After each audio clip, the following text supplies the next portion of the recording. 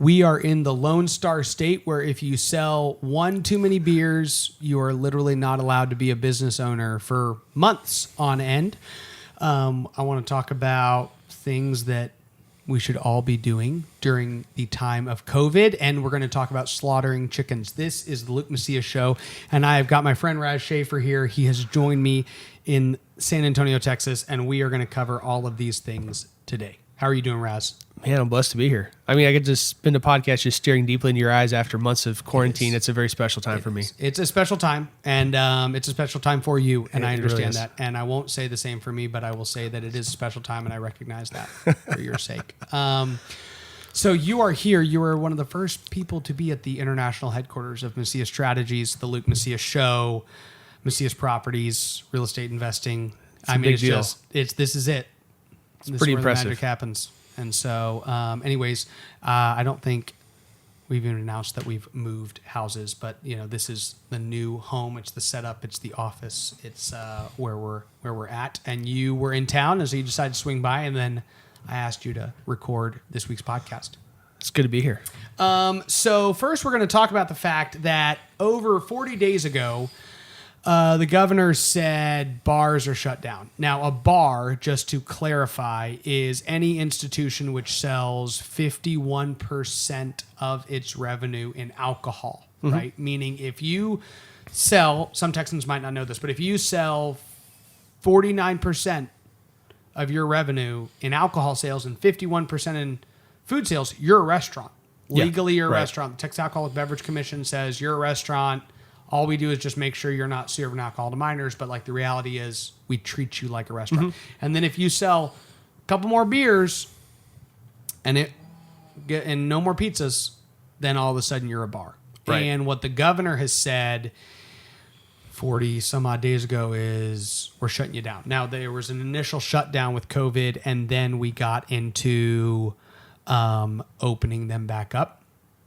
And now they're shut down again, and they are not allowed to operate. In fact, there was a story of one Lubbock bar owner who tried to just sell pizzas, right? Like, I'm just going to open up curbside for our pickup. Yeah. And by the way, restaurants are allowed to sell cocktails to go.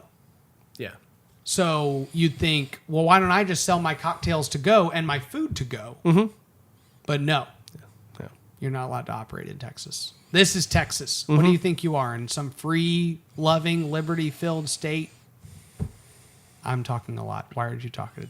This is a podcast. You don't realize that at some point you're supposed to come in on my rant. You were saying everything I agreed with. I didn't have anything to add. Okay. No, it's really... Actually, why don't you stop? I'm just going to keep talking.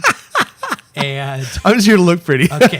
If you would just listen and kind of... I'm just staring deeply into your eyes. I'm just saying, yes, Luke, this is... Okay. You're right. Okay, so it's all right. Tell us, what should Texans think about this? Well, it's been crazy because in the last couple of weeks, as I've been getting out and meeting with different folks, really just kind of being back on the road, doing my work the last 2-3 weeks, it's been remarkable. The places that are open or not.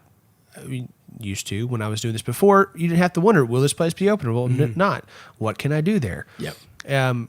It's really remarkably different, and it's disconcerting me the way these rules are being applied. It's with a very heavy hand. It doesn't seem to allow for any nuance for people to survive that are trying to adapt, and there's no adaptation allowed at all. And that's part of what we see as a problem when we look at state or federal regulations in general. Yep. They don't allow for that. And when you paint with a broad brush, then you have people on the margins that are trying to survive that you're saying, nope, sorry. Yep. What you've worked your whole life for is gone now. It's probably the reason that we generally think central planning is a bad idea. It's definitely why I think it's a bad idea. It's saying, hey, don't feel bad that your central plan affected people that you didn't think it would affect in a way that you couldn't see coming. Because you shouldn't have been centrally planning in the first place. It's well, you have governments right now as they're seeing these what they call outliers or very small anecdotes. That's how they characterize these bar owners, in which there are tens of thousands, not hundreds of thousands of them, just here in Texas, right? Yep. And so they say those are outliers. So those are and they say we feel bad about that, but that's how we had to draw the rules. And I would look at it saying, well, no, you didn't. This was not only easily foreseen that this would happen, but you didn't have to go about the rulemaking process in that way in the first place. So when you centrally plan these types of things, it shouldn't be surprise anyone. It sure doesn't surprise us. We just get mad about it, which is the appropriate response to centrally planned nonsense. I don't even frequent bars. Yeah, it's like it doesn't affect my life. Well, we got 2.5 and 9-month-old kids. I don't It's have like time for bars. I miss bars sometimes, but it doesn't affect my lifestyle. I went to a bar the first night bars were open again. Yeah. And I went to the Lone Star Bar in New Braunfels, Texas. Okay. The owner, he likes liberty. Okay. I don't want to out him as a Republican because then he'll get canceled. But the point is, You just probably got to edit the name of his bar out there. yeah, we should.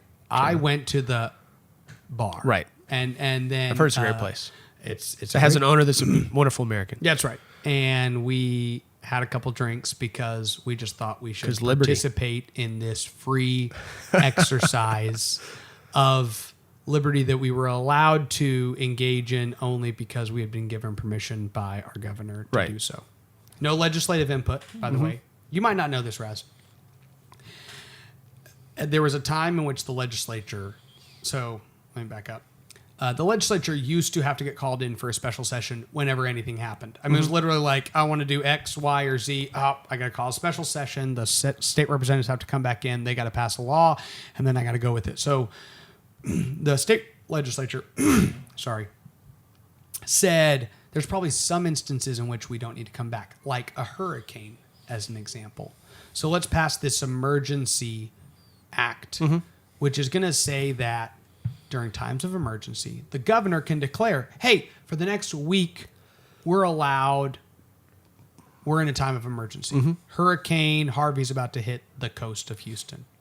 And then he is allowed to pass executive orders with the weight of law. Again, think about the mindset of the legislature. They're saying you might need to do some things when this hurricane's on its way to hit the coast that hold the weight of law. And so one of the powers they gave the governor was the power to regulate the ingress and egress of citizens. Meaning, you need to evacuate Harris County because this hurricane's coming. Right. So the governor wants to shut down bars and breweries and wineries, but Chili's is open because 51% of what they sell is food. And when he wanted to shut down salons and barbershops and all these other businesses they wanted to shut down, what he would do is he would pass an executive order. He would start and have this press conference and say, all salons are closed. But his executive order would not read, I'm closing all salons, because he doesn't really have the authority to do that. So he would write in it, no Texan may enter a salon or exit a salon, because that's the ingress and egress of the citizens, right? So this is why some county judges were like, I can't enforce this order, because you're not telling me the salon can't be open, so they can be open. And then you're also telling me I can't ticket people for going to a salon, but they're the ones who are disobeying by entering and exiting the salon. So anyways, it was this vague deal. But that's the power in which he's using. That's the law, which he's saying, I can do this. Now, when you declare a time of emergency, it's only for 30 days. And so what's happening is every 30 days, our governor is declaring a new 30-day emergency. Right. Which is dangerous, because what happens when we have some shooting in Houston, Texas, and there's a Democrat governor, and he says for the next 30 days, we're under a time of emergency, and you may not enter or exit a gun store. And you may not. Why? Because people's lives are at stake. People are dying.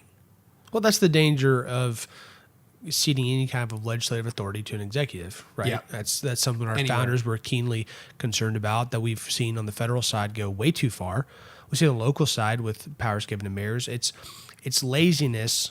I mean, there are legitimate situations where I think an argument can be made, like with a Hurricane Harvey or something like that. Say, yes, we can't get the legislature here in time. It's a rapidly evolving situation. So there's a narrow thing, but that's the problem with being lazy about how we define those powers, right? If you're going to give that, we thought these things through carefully when they were established, and we decided what authority an executive versus a legislature has. And so we shouldn't be speedy or use crude tools to craft laws that hand that over. We shouldn't be, we should be very careful about how we do that. And it seems that with rules like that you can't do that. just as I'm listening to you explain the intricacies of that, it seems like one of the very clear things that should be done next cycle is prohibiting the governor from renewing these things, especially in a case of like more than once. Yep. Without calling the legislature back. If it's an ongoing emergency you've had 30 days for, during that 30 days you can call the legislature in. Yep. You can debate something. And then possibly maybe you can make the case that one extension is appropriate, but basically prohibiting that beyond maybe one extension. And that kind of case, then you have a real curb. Yep. I mean, it seems like there's probably a lot of thought going on, especially as we have people in the legislature, not to mention the people that are constituents of the legislators and the frustrations building on this. I imagine there's going to be a lot of pushback come January as far as limiting the powers of the executive. Yeah, I think there is. I think there's building frustration.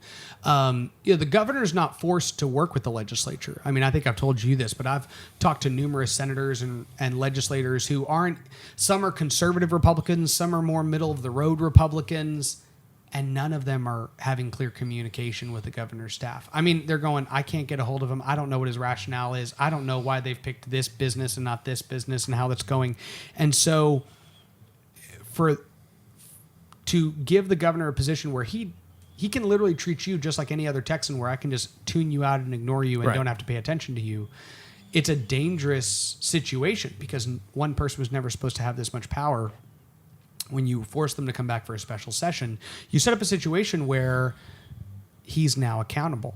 And that's why he doesn't want a special session. He doesn't want the accountability. He doesn't want to have to go get permission from the legislative body. How much work would it cost if you have to go and convince 76 of 150 members that this is the right thing to do? But politically it seems very short-sighted as well, because now you've got not just conservative Republicans, not just moderate Republicans. You got people of all stripes that are being very frustrated. Yep. And so you're making a lot of, you know you've got a legislative session coming, and you know that you've got a whole lot of ticked off people that are going to be sitting there, that are be passing bills that you might like to influence, but you're limiting and mitigating your ability to do that. Yep.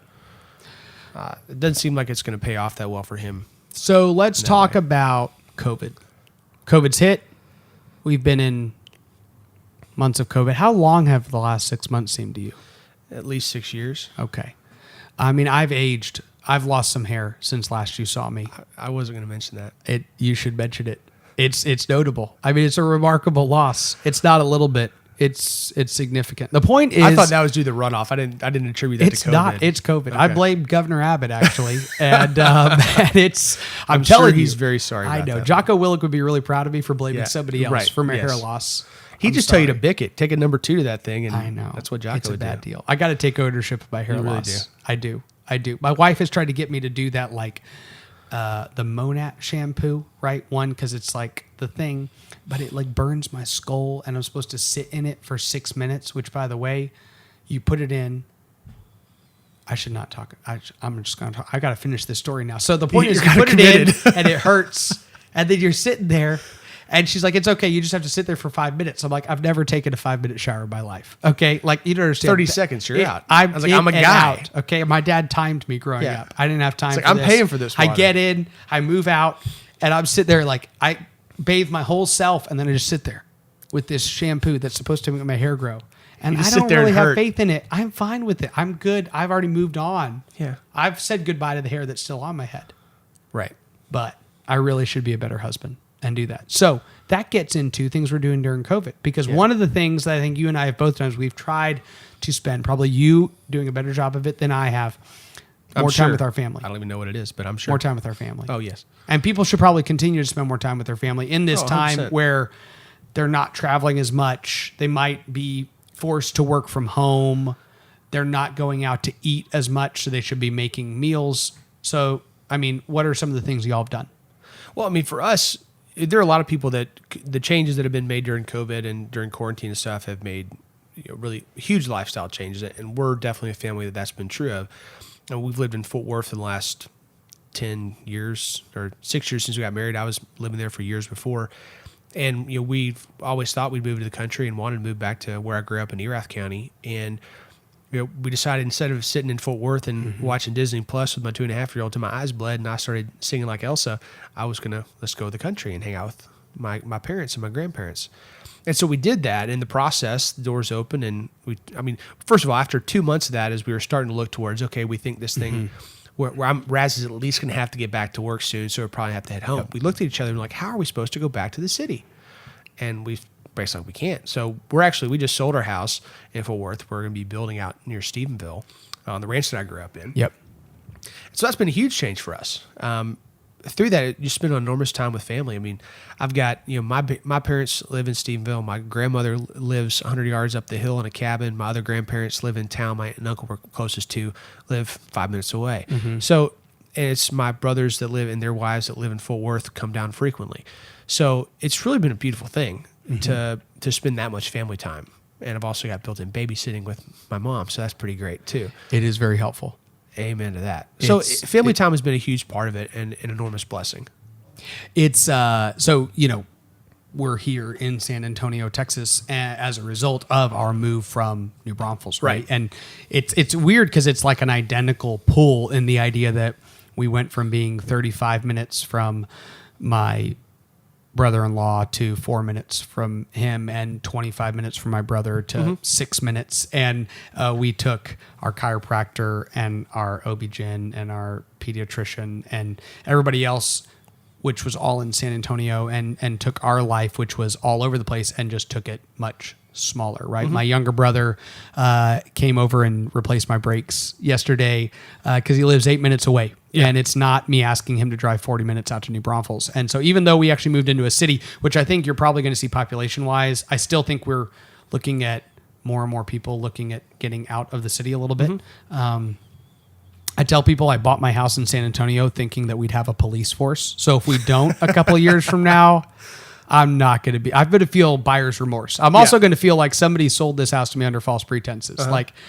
It's like you promised me a police force. Yes. Somebody who lives close to me, which I will not mention because I don't want them to get canceled, is a police officer. And I'm just hoping they're not a former police officer years from now. Because I like living next to, somewhat close to a police officer. Well, so you can just hire him to be your personal police officer. You probably get a faster response time. Yeah, it's a her. Oh. Which is even cooler. There you go. It all works out. Woman power, man power, all for it. No problem. Power. So spend more time with your family. I think you should save more money during COVID. Yeah. Because our government's not. Mm-hmm. Like nobody. Our state government's not saving money. Our federal government's not saving money. I mean, this is another reason the governor's not calling anybody into a special session, which would be needed if we needed. We should be rewriting the budget right now. Mm-hmm. Like we're talking about the shortfall we're going to have a year from now, when we could just sit down right now and say, let's start spending less money now. Let's take the budget and re-dig through it, cut anything unnecessarily. And they're like, nah, we'll just show up and know that based on what we spent, we're $5 billion in the hole. And oh, by the way, we underfunded Medicaid, which is another $2 billion. So we've got to come up with that. We've got to fill in these holes. Then we've got to plan for the next 2 years, which by the way, are going to be smaller than the past 2 years. So we're going to have to cut again. Yeah. And the federal government is saying, let's spend more money. Let's take on more debt. Let's pump even more into the economy. And the idea is that you pump the economy up. Yeah. But the problem is, my economics professor would talk about how you can pull the economy back or you can let slack out of the rope. But you can't force the economy to go, right? And so we have essentially let all the slack out we have with printing as much money as possible, with spending as much money as possible, with all these stimuluses upon stimuluses upon stimuluses. And even Ted Cruz finally coming out saying, I'm not only a no, I'm a hell no when it comes to the stimulus package. Yeah. We got to stop. So people personally should probably save some money because I don't know what's going to happen, but I feel like that's better than following the government's example and spending everything you have. Well, financial independence is freedom. And that lets you it creates options for you, which means that when you are hit with any kind of circumstance that you didn't foresee, you have options that you wouldn't have otherwise. If you're leveraged to the hilt, if you have a house that you're having to pay way too much your budget on, if you are spending way too much money on things that you don't need, if you've got brand new cars you're making payments on, these types of things, just listen to Dave Ramsey. We just made this an ad for Dave Ramsey's show. If you live your life that way, which we try to do, then all of a sudden when a crisis hits, then you can deal with it much more easily. When Americans on average have such a small amount of savings, they can't go a paycheck. I can't recall the exact statistics, but basically, if you have an emergency expense, like the number of Americans that can come up with $1,000 cash in just a few days is abysmally low. and I think about the times in my life when I've had to make hard decisions. The fact that I had emergency fund, and I knew that I had some runway. Those decisions got much easier. Years ago, my wife was in a job that was just sucking the life out of her. It was horrible management, and she just literally one of those jobs where on Sunday afternoon she was sick because she knew she was going to work Monday morning. And I asked her to quit her job. I said, "Babe, I just don't think this is good for us." But I did that working in politics, heading into 6 months where I did not expect to have a penny of business. But I knew I could because I had 6 months of emergency fund. Now, better believe I was pretty nervous, and I prayed a lot, and I said, "God, you're going to show me something, or I'm going to be digging dishes and flipping burgers. Here comes 6 months because I'm going to feed my family." But I knew I had the ability to not think twice. I mean, if I had not had that financial independence, I would have been trying to talk myself out of what God was telling me to do. I'd have been trying to give myself all the reasons why this wasn't a good idea and why God really wasn't putting that on my heart. And it would have been more difficult for me to do that. But as it was very easy for me to listen to what God was telling me because I didn't have that nervousness of having not been prepared. And so that financial preparation, spending less than you make, being careful about what you're leveraging yourself with, whether COVID or not, it's a good idea. But we've seen especially a lot of people that have been hard up and put in disaster financial situations because they weren't prepared when this type of disaster hit. When the government sends these checks to people, it's doing so in hopes that they spend it, right? Because that's the economics behind it is that, hey, if I just dump $2,000 in your lap, you're going to go buy stuff. Yeah. And then that stuff from an economic cycle, that money is then going to go to the company who's going to pay the employee, who's then going to have the money. And you need a velocity of money, right? That's something they study in economics. And what you're trying to produce is you're trying to increase the velocity of money. You're trying to get more money turning because if I pay you and then you pay him and then he pays somebody else and he buys something else, it's the same $500 that just moved hands. But the reality is that the faster it's moving, the better it is for everybody. So the government tries to create that, but I'm actually of the opinion that more Americans should take whatever money the government's going to give you and just try to not spend it. Yeah. Because on a personal level, here's the truth. The government does not care about your family as much as you care about your family. Yeah. And the decisions the government's making when it's shutting down businesses left and right and just deciding willy-nilly basically how to micromanage everybody is there are people in the government, Republicans and Democrats, deciding we know what's best for your family. And the truth is they don't. You do. So start acting like it. Start preparing for it. Last thing, we could talk for hours. We talked for a while. We just didn't record it. We didn't want all that out there. We didn't want everything we talked about. We'd have been canceled. We would have been canceled. And we can't badmouth those people, in such a public way. I only say nice things about people, Luke. I can't badmouth those people in such a public way. That's what I'm talking about. Okay, so the point is, we did talk for hours. We're recording this portion. We talked about Greg Abbott. We talked about closing businesses down. We talked about saving money. We talked about the fact that you should spend more time with your family because you have the time, and we don't know how much longer you're going to have, but you might as well take the time you have and invest and spend. We still have the most important one to talk about. Chickens. Chickens. I love them. Tell us about chickens. So I've learned a lot about chickens since talking to you. They're pretty interesting. So my wife has loved the idea of getting chickens. Yes. And for the longest time, I thought that was just, we did want to move to the farm and we didn't think we would be able to. And she was talking about having chickens in Fort Worth. Yeah. And we'd have 12. That's the limit. You can have 12 in one rooster and it can't be got to be 50 feet from somebody's house, whatever, all the different regulations.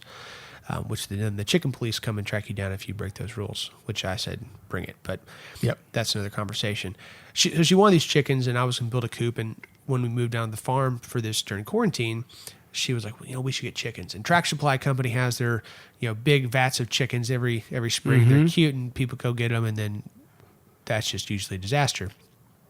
So she was talking about wanting to do it and have my son on board with the idea. And so at that point, I'm like, okay, fine. We'll get chickens. I'll build the coop. You got to take care of them. Yep. I've never raised birds. I don't really care for birds except on my smoker or in my frying pan. That's just kind of how I view birds. Yep. So anyway, we got 18 chickens, and we started raising these layers. The idea was we'd have eggs in a few months. I mean, they just started producing this last week.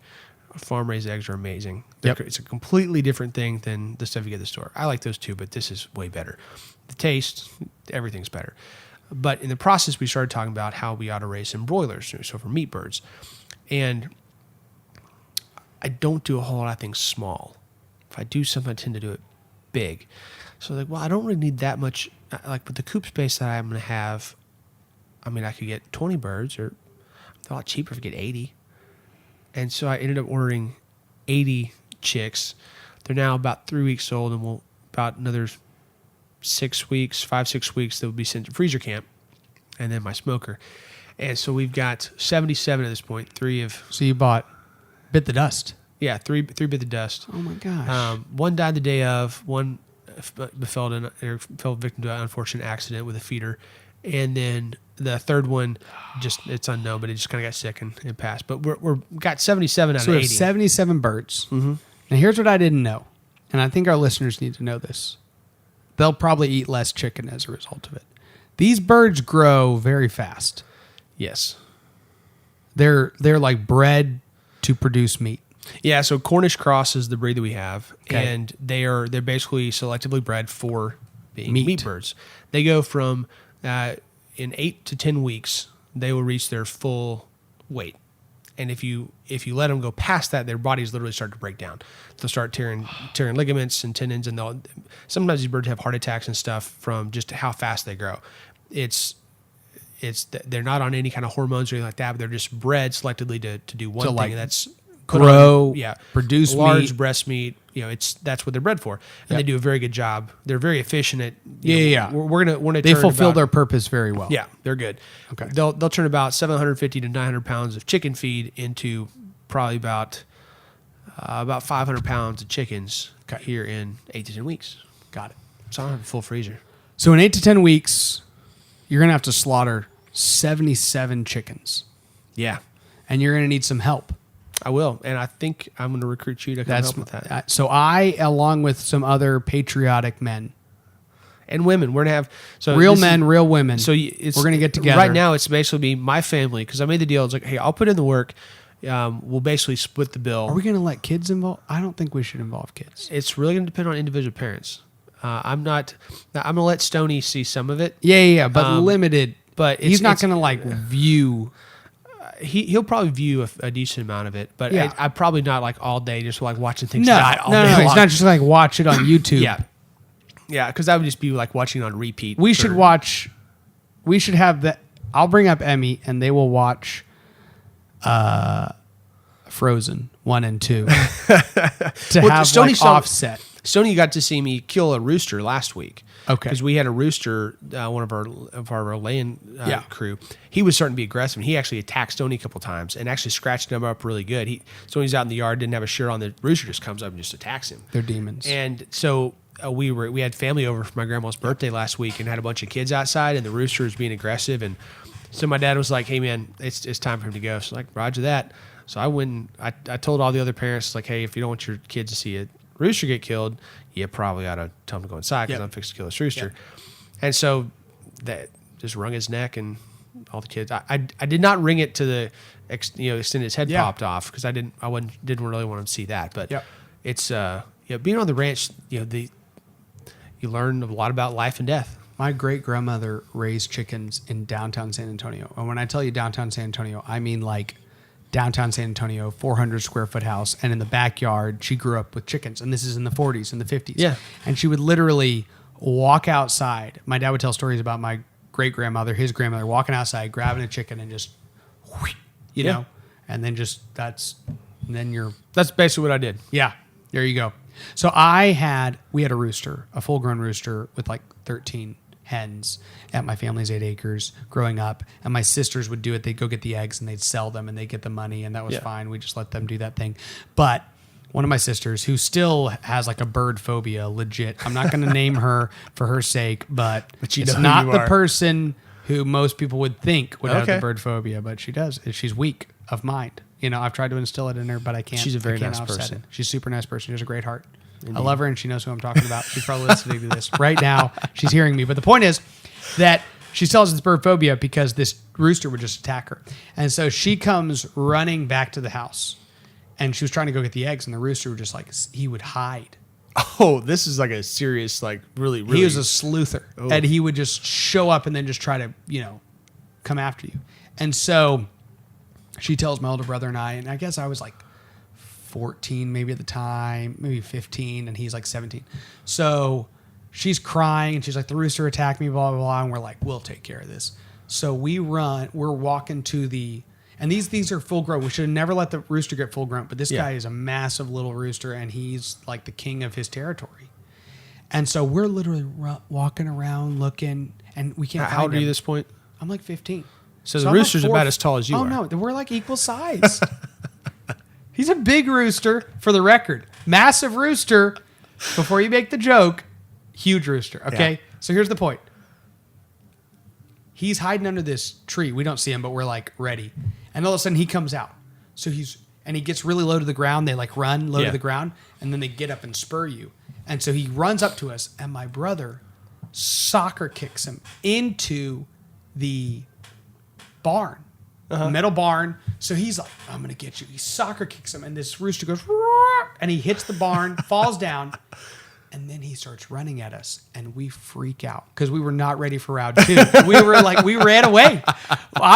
We're like, take that, you rooster. And then he started coming. We're like, oh gosh. And we run, and we are like, we're never going to the chickens again. Yeah. We ended up getting rid of the chickens, the rooster. It was a sad situation.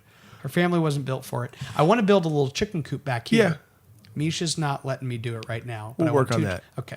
After this is done, we need to go. Some little marriage chicken counseling. Perfect. I will say that. So our rooster story was he ran after Stoney one time when I was down there with him, and he didn't get to him. I kicked the rooster away and everything. But I told Stoney, I was like, hey, if you provoke the rooster, if you're being getting too close to chickens and stuff like that, and he attacks you, then still whoop him, but you'll get a spanking as well because you should not be provoking these animals.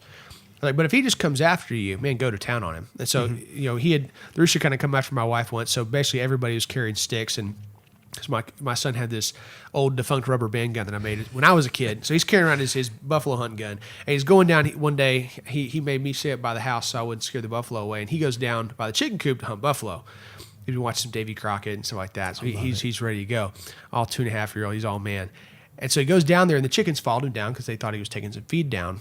And he gets down there, and the rooster starts kind of coming up to him, and he said, Dad. I'm like 50 yards away. And I was like, Stoney, I talked to him about don't run away because he'll get you that way. They're like, hit him with, it's like, you got your gun, hit him with your gun. So he starts kind of tentatively, just like poking at the rooster as the rooster's coming at him. And I was like, Dad. I was like, hit him, Stoney. And so he just kind of whops him a little bit. And I was like, at this point, it's clear the rooster is not going to be phased. I'm like, hit him again, Stoney, hit him again. And so he just starts swinging like Babe Ruth. It was awesome. He clocked that chicken several times. He kept coming. Stoney was, unlike you, Stoney was ready for round 2. Yeah. And he kept whooping him. The chicken finally. You can learn a lot. From buffalo hunting, chicken protection. I was not prepared. When you come up there for chicken killing time, we'll have Stoney with his lesson plan ready. It was bad. I admit. It seems like it's still a traumatic experience. Proud moments as a 15-year-old. I'm not gonna lie. I got to admit it. I failed. That Jocko would be proud of. That you owned it. I did. I owned that one. But it's Greg Abbott's fault that I'm losing my hair. I don't know how. Fair. I figured it out. But if I owned a bar and I was shut down, truthfully, that's the only person who can just say it's Governor Abbott's fault. Yes, if you own a winery, a brewery, you've invested millions of your own dollars, you've taken the risk, you've lived the American dream, and you're told it is illegal for you to engage in any type of commerce with any Texan. Because I've decided to. You can't sell coffee. You can't sell pizza. I can put you in jail. Well, okay, this is not my fault. Yeah. I'm done. That is the way we're going to end this podcast. I appreciate you coming by. My pleasure. And hopefully over the next several years, we'll have an opportunity to continue to promote more freedom, liberty, loving-minded worldview amongst our fellow Texans. Amen to that. And we're going to have a busy couple months. We're going to have a crazy November election. We're going to have the dust settling, and then we're going to have to actually pick up the pieces of whatever that is and have to next 6 put months. The Lone Star State back together. Yeah. I'm glad that you and other Texans are here with me to do that. We got some work to do. Glad you're going to spend time with your family. Glad you're going to save some money. I'm glad you don't own a bar because you'd be really screwed right now. And I'm grateful that you're here with me this evening. Thank you for joining me. My pleasure, brother. Thank you so much for watching this video through in its entirety. If you're somebody who's been following on with the conversations and the commentary that we've been producing here, we're going to ask you to do a couple quick things. Go to lukemacias.com. You can give us your email and sign up. We will email you new content, commentary, conversations as we produce it. Also, you can, if you're on Facebook or YouTube, you can like our page, follow our page, or subscribe to our YouTube channel. This will just continue to ensure that when we produce content, it gets to you more easily. Thank you so much for continuing to support the conversations we're producing. God bless you. God bless Texas.